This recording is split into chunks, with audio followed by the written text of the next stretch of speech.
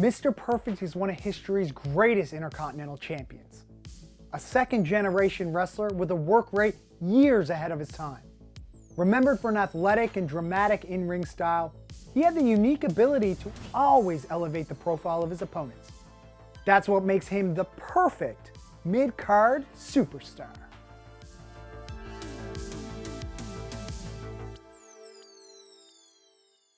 As the WWF grew in popularity around the country in the late 80s and early 90s, they were constantly introducing new talent to their broadening audience. And they were notorious for creating vignettes to build excitement and momentum leading up to a new wrestler's debut.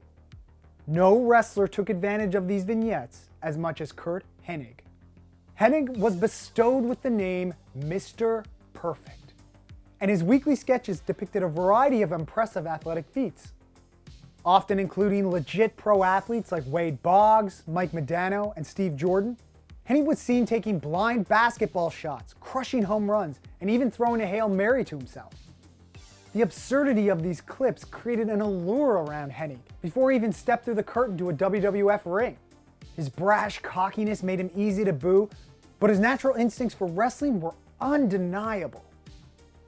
In the fall of 1988, Mr. Perfect made his long-awaited debut, kicking off a winning streak that lasted over a year, as he ran through the company's low and mid-tier talent.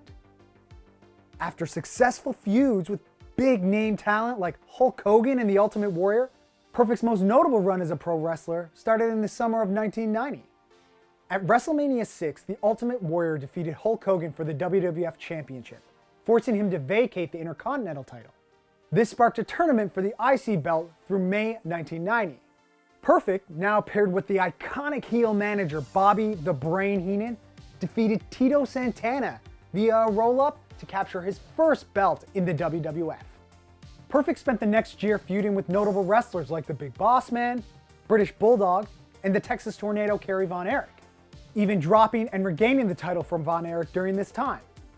Perfect's high work rate helped his opponents get over with the fans, as he held on to what was commonly known as the Workhorse belt. Following his storied run with Jim the Anvil Neidhart as the Hart Foundation, Hart was coming into his own as a singles competitor.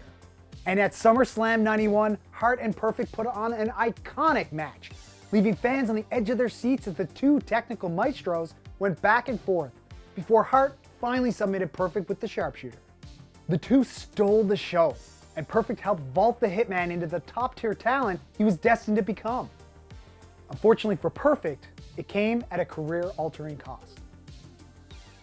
Perfect's back issues forced him into early retirement from in-ring action.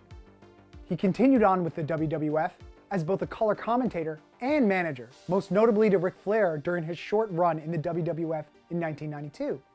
But as is common in the wrestling world, his retirement didn't last long.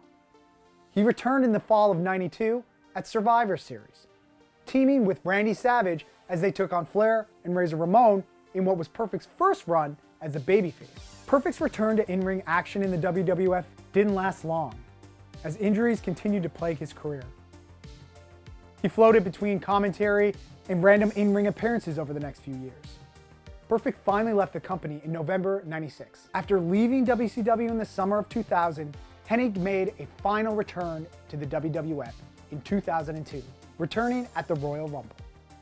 However, a few months later, Hennig was released after the infamous plane ride from hell, where his reportedly drunken behavior led to a mid-air fight with Brock Lesnar.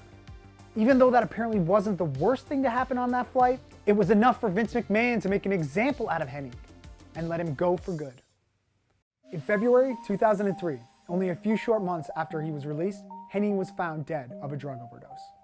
In 2007, he was inducted into the WWE Hall of Fame. His son, Joseph, also known as Curtis Axel, worked for the WWE for nearly 13 years, including an Intercontinental title run of his own.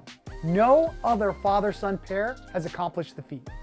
To this day, Mr. Perfect is remembered as one of wrestling's greatest workers, who proved that no matter where your place is on the card, you can always steal the show. Thanks for watching.